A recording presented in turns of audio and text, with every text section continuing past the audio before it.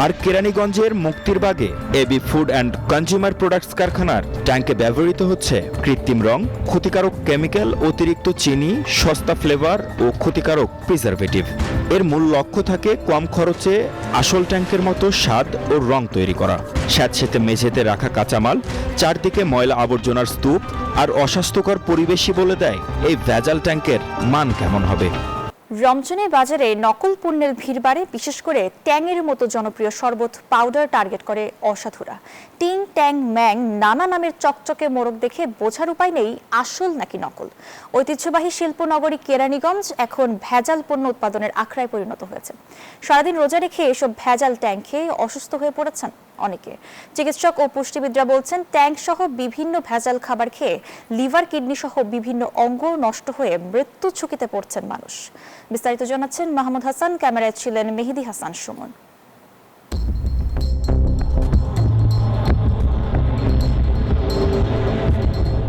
আসল ট্যাং অরেঞ্জ ড্রিঙ্কসের প্রধান উপাদান হল চিনি, ফ্রুক্টোজ, টক স্বাদের জন্য সাইট্রিক অ্যাসিড এবং ক্যালসিয়াম ফসফেট।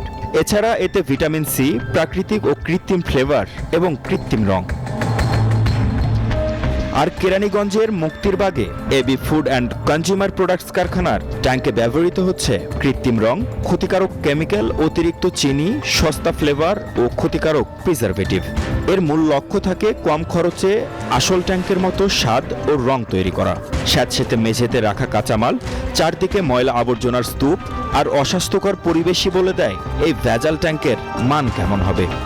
রমজান এলেই কিছু অসাধু ব্যবসায়ীর শুরু হয়ে যায় এইসব অসাধু ড্রিঙ্কস পাউডার তৈরির কারখানা। প্রশাসনের নাকের ডগায় বসে হরহামেশাই চলছে এইসব ড্রিঙ্কস পাউডার তৈরির কারখানা, যা মানব শরীরের জন্য খুবই ক্ষতিকর। কাজ করি, হাত দিয়ে তো করি। বর্তমানে পরিবেশ যেভাবে আছে আমরা তো এইভাবে চোখ করতেছি বিগত 16 বছর যাবত। হ্যাঁ, এইভাবে চালাইতেছি। অভিযান হয়েছে, দু একবার হয়েছে। হ্যাঁ, বাচ্চাদের খাওয়ানো সম্ভব না, কিন্তু মারলে তো আর আমাকে কোনো সমস্যা নাই। মাল তো পরিষ্কারই আছে, আমরা যেটা জানি এটাই তো আমরা করতেছি। এই কারখানার অদূরে শান্ত ফুড অ্যান্ড প্রোডাক্টস কারখানার দৃশ্য এটি।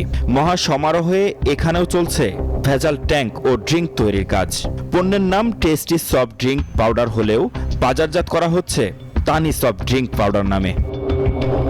অনেক দিন ধরে এটা কি মানুষ নির্ভরযোগ্য খাইতে পারবে তো? হ্যাঁ, খেতে পারবে, বাচ্চা কাচ্চা নিয়ে? হ্যাঁ হ্যাঁ না, এখন আমরা বইরে তুইলাম, এটা তার চাল তুইবার না, এটা চাল তুই তার এটা আমরা কইরা তুই আমরা পরে ফালটাই দিব, শেষ ফুরাই যা। রমজান এলেই কেরানীগঞ্জের এই এলাকার কারখানাগুলোতে অনুমোদন ছাড়াই চলে নকল ট্যাঙ্ক ও ড্রিঙ্ক তৈরির মহাযজ্ঞ। বিভিন্ন সময় আইন শৃঙ্খলা বাহিনীর অভিযানে বন্ধ করা হলেও অধিক লাভের আশায় আবারও চালু হয় অবৈধ এসব কারখানা।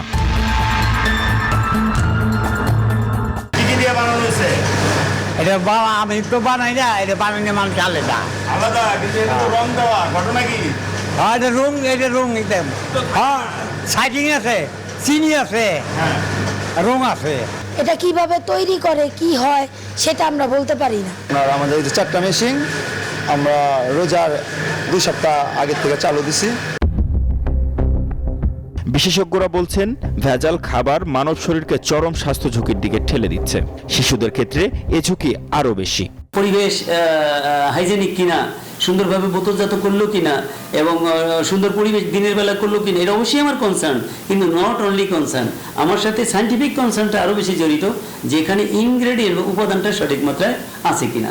উপাদান যদি সঠিক মাত্রায় না থাকে তাহলে যতই ভালো পরিবেশে করুক, ভালো করুক, তাই সেটা আমার জন্য তো বড় কনসার্ন নয়। ভেজালের রাজ্য, নকলের ভিড়ে আসল পণ্য চেনা দায়। তাই কেনার আগে ক্রেতাদের আরও যাচাই বাছাই করার তাগিদ বিশ্লেষকদের। মাহমুদ হাসান, নিউজ 24, ঢাকা।